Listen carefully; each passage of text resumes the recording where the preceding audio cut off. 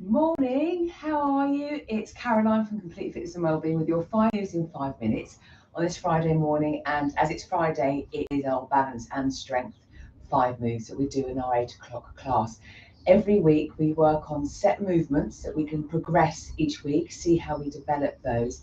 And then we add a couple of other movements to challenge our coordination, a bit of fun, and just making sure we're just ticking all the boxes for movement in that sort of forward and back movement, side to side, one leg, two legs, balancing, tiptoeing, all sorts, again, which really helps us throughout day-to-day life now, but also we are helping ourselves as we get older as well.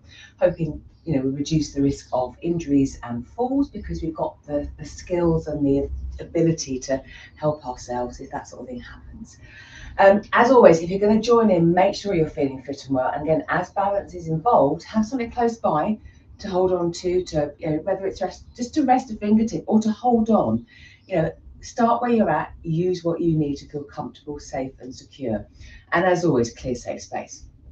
So we're going to start off with a couple of our regular moves that we do each week. We're going to start with a tiptoe bend lower. I'm going to hold a weight, but this can all be done body weight. We'll do another couple of moves after that. 45 seconds work, 15 seconds rest, off we go. So I'm holding my weight close to my chest because that's how I prefer to hold it. My feet are hip width apart. I've got that connection with my feet on the floor. I'm going to breathe in. As I exhale, I'm going to tiptoe, gently bend my knees, hinge back, sit back down again. So up, bend, lower, straighten. So how often do you tiptoe throughout the day? If we're reaching up for something, how often do we hinge the hips, bend the knees to sit down to get up again?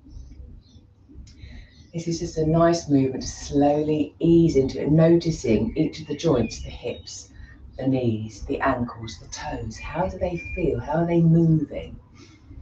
We want them to move, nicely, because if they're sort of rigid or a bit stuck, then that can hinder some of our movements. So again, just notice things.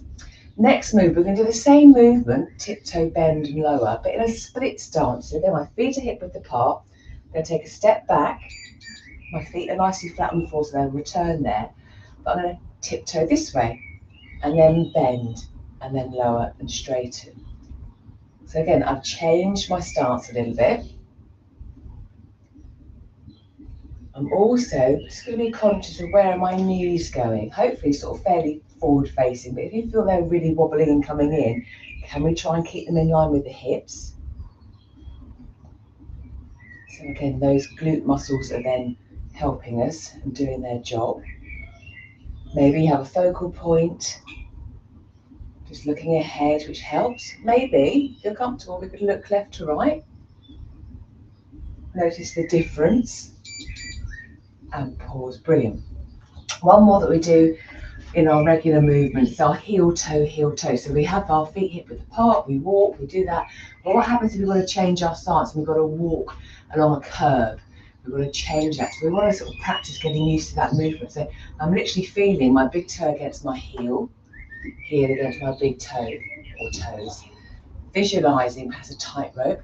I'm looking straight ahead, I'm not looking down. If you need to look down, then obviously do. But we're aiming to be able to look forward so we can see where we're going rather than head down and perhaps walk into something. I'm also walking backwards. How does that feel? Again, if you don't want to walk backwards, just keep walking forwards, turn and walk forwards again. And with this, I'm holding a weight, but we don't need to. Can I look left to right as I walk in on my tightrope?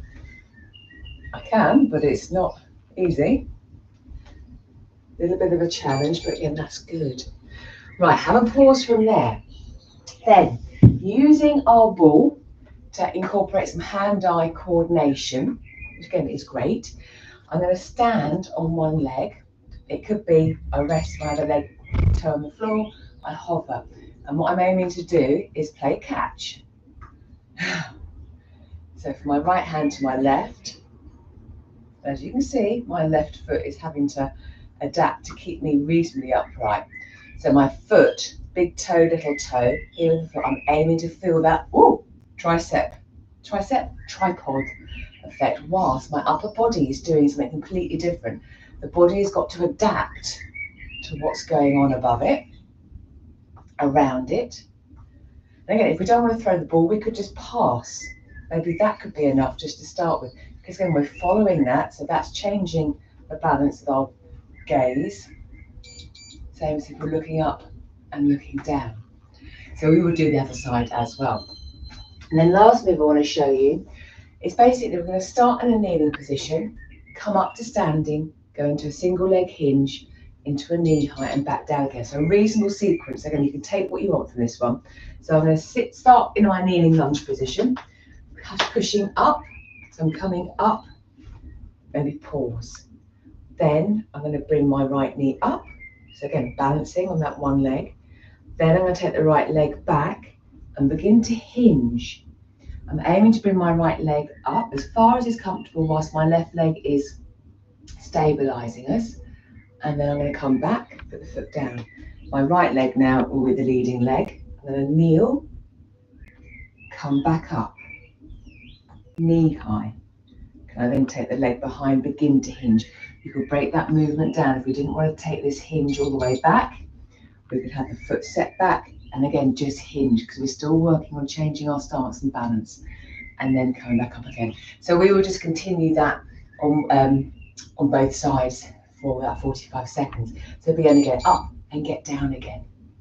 So 5 moves in 5 minutes, there you go.